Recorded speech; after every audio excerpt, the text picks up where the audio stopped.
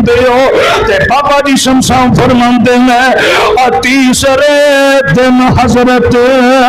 बैदे आकोल में दुआ करो ना बाबे शमशान की कबर ते करो रहमत नाज़िल फरमाए। आप बाबियां का यार पापा बड़ा प्यारा तर्जुमा करता आंदे लो तीसरे दिन हजरत बैदे आकोल में किवें समाते ने कौड़े च बोल में उतांते वेख कितियां